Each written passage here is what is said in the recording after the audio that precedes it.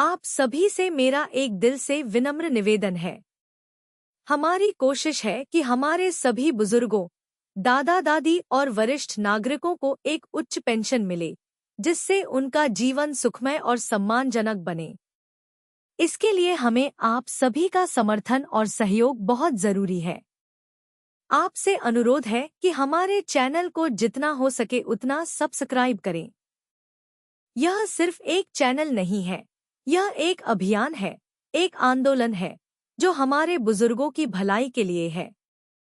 हर बार जब आप हमारे वीडियो को सब्सक्राइब करते हैं, एक छोटा सा कदम हमारे बुजुर्गों की मदद के लिए उठता है। सिर्फ सब्सक्राइब करने से काम नहीं चलेगा, हमें वीडियो को अधिक से अधिक शेयर भी करना होगा।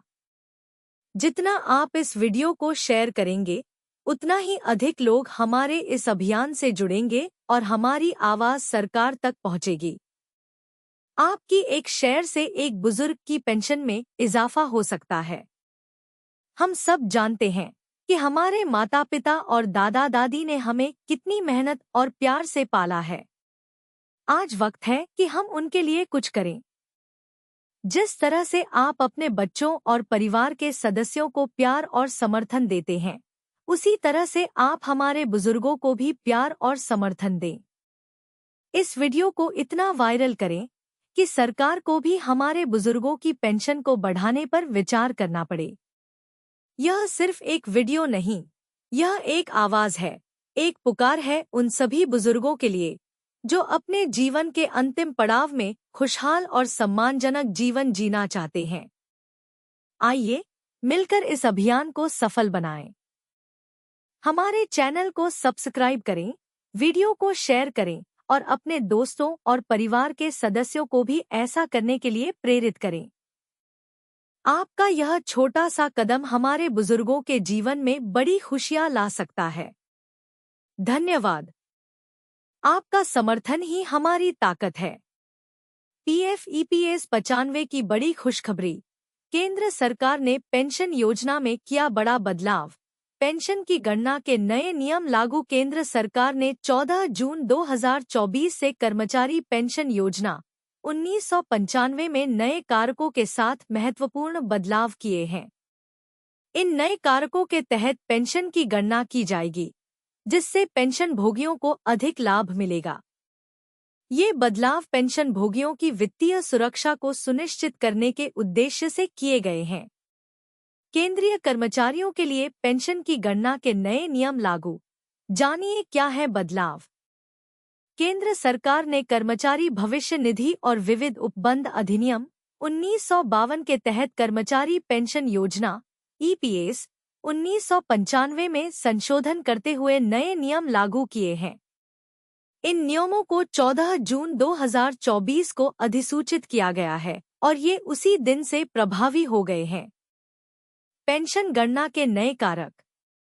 केंद्रीय सिविल सेवा पेंशन नियमावली 2021 के तहत पेंशन की गणना के लिए उपयोग किए जाने वाले कारकों में महत्वपूर्ण बदलाव किए गए हैं। कर्मचारी पेंशन योजना 1995 के टेबल B में अब निम्नलिखित नए कारक जोड़े गए हैं। आयु कारक 35 से कम 14.2271, 36 से कम 15.36555, 37 से कम 16.595009, 38 से कम 17.92303, 39 से कम 19.35722, 40 से कम 20.90618, 41 से कम 22.57909, 42 से कम 24.38586। संशोधन का उद्देश्य। इस संशोधन का उद्देश्य पेंशन भोगियों को बेहतर पेंशन लाभ प्रदान करना है और यह सुनिश्चित करना है कि उनकी सेवानिवृत्ति के बाद की वित्तीय स्थिति अधिक सुदृढ़ हो। पेंशन की गणना में इन नए कारकों का उपयोग करके पेंशन की राशि में वृद्धि होने की संभावना है। लागू होने की तारीख।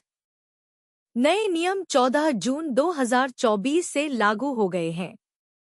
इससे पहले कर्मचारी पेंशन योजना 1995 को 16 नवंबर 1995 को अधिसूचित किया गया था और आखिरी बार 3 मई 2023 को संशोधित किया गया था। आधिकारिक अधिसूचना। सरकार की आधिकारिक अधिसूचना के अनुसार ये बदलाव पेंशन योजना को अधिक प्रभावी और लाभकारी बनाने के लिए किए गए हैं। पेंशन और पेंशनभोगी कल्याण विभाग ने इन संशोधनों को लागू करने के आदेश जारी किए हैं और सभी संबंधित विभागों को इसका पालन करने के निर्देश दिए गए हैं। EPS 95 पेंशन सबका साथ सबका विश्वास के दायरे में नहीं, पेंशनर्स 1000 में गुजारते रहिए जिंदगी। केंद्र सरकार की नीतियों पर पेंशनर्स सोशल मीडिया पर सवाल उठा रहे हैं। सूचना जी न्यूज छत्तीसगढ़। कर्मचारी पेंशन योजना 1995, एम्प्लॉय पेंशन स्कीम 1995। यह शब्द इस वक्त सुर्खियों में है। न्यूनतम पेंशन 1000 रुपये से बढ़ाकर 7500 रुपये करने की आवाज बुलंद की जा रही है। कर्नाटक के बेंगलुरु के रहने वाले पेंशनर सत्यनारायण हेगड़े ने सरकार पर तंज कसते हुए भड़ास निकाली। लिखा, प्रधानमंत्री मोदी, प्राइम मिनिस्टर नरेंद्र मोदी के 2 बार के वादे के बावजूद उन्होंने और उनके श्रम एवं रोजगार मंत्री, minister of labour and employment, ने जानबूझकर उन असहाय और गरीब पेंशन भोगियों को नजरअंदाज किया।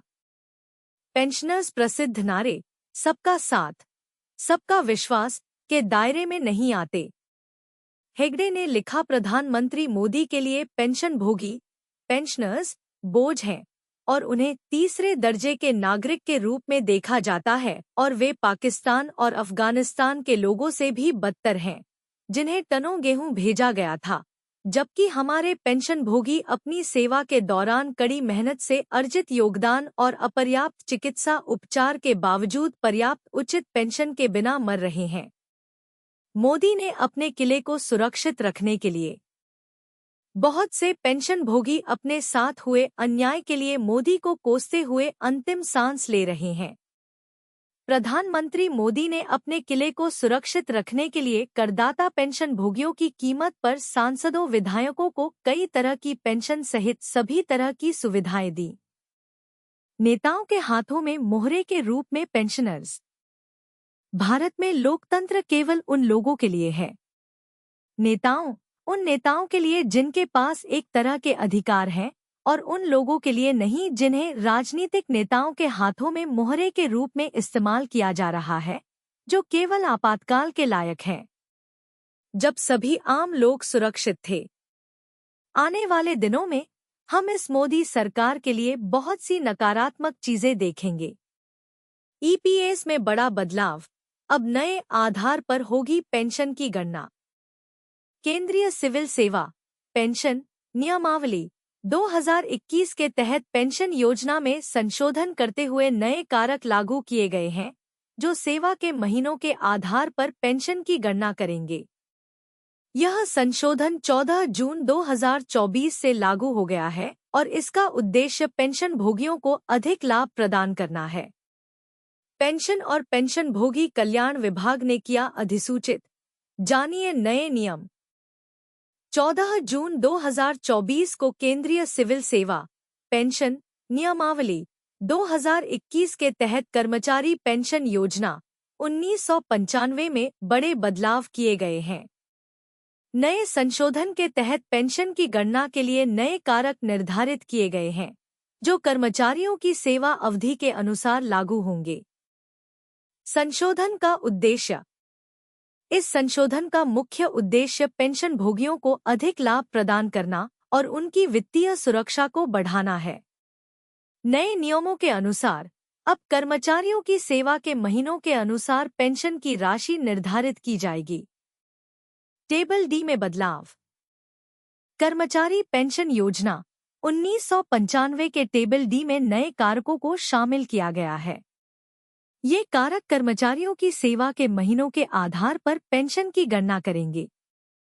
सेवा के महीने मजदूरी का अनुपात 10.08, 20.17, 30.25, 40.33, 50.42, 60.51, 70.60, 80.68, 90.77, 100.85, 110.94, 121.02, 131.10, 141.18, 151.26, 161.34, 171.42,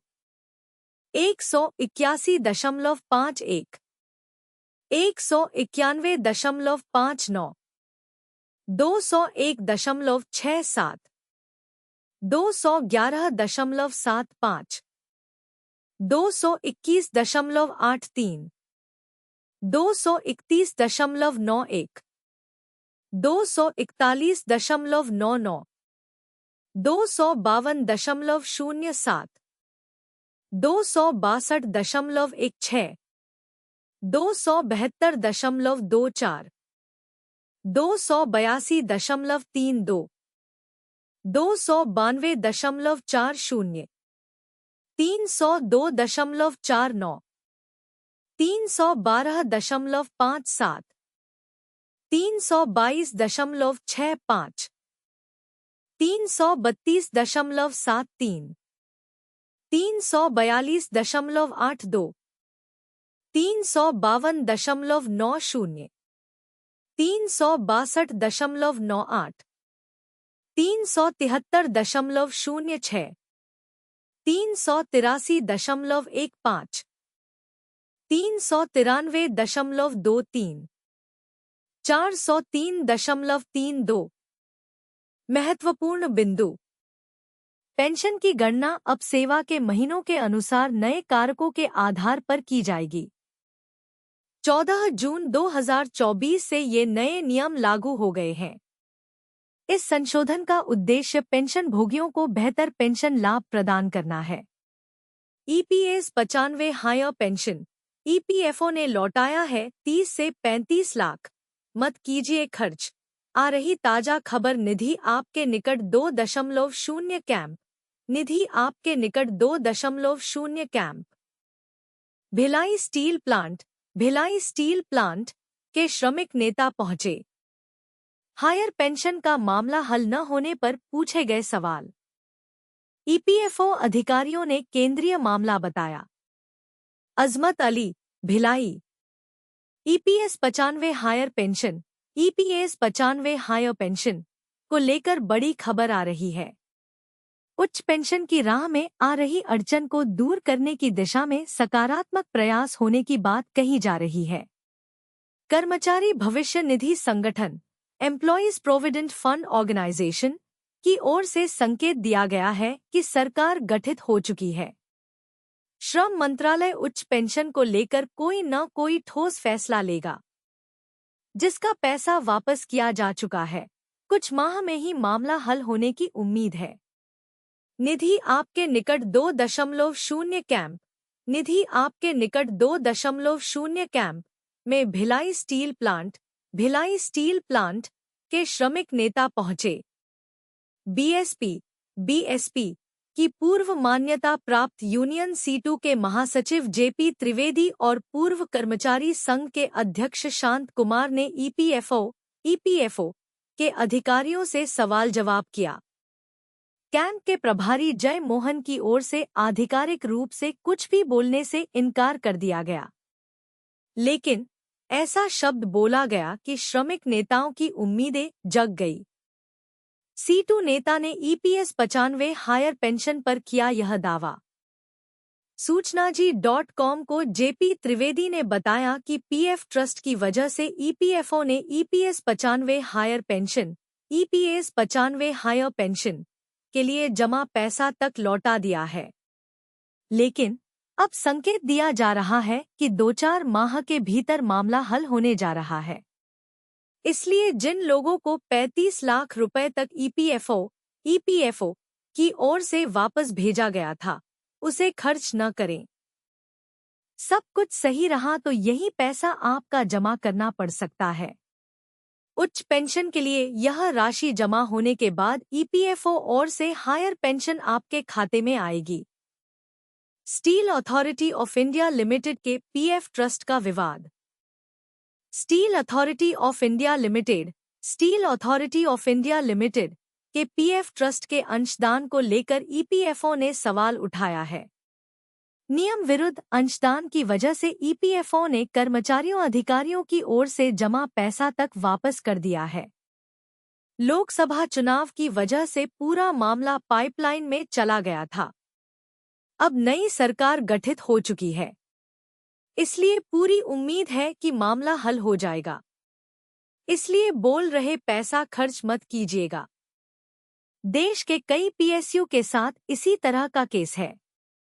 इसलिए दावा किया जा रहा है कि सरकार कुछ न कुछ राहत सेल कार्मिकों को देगी।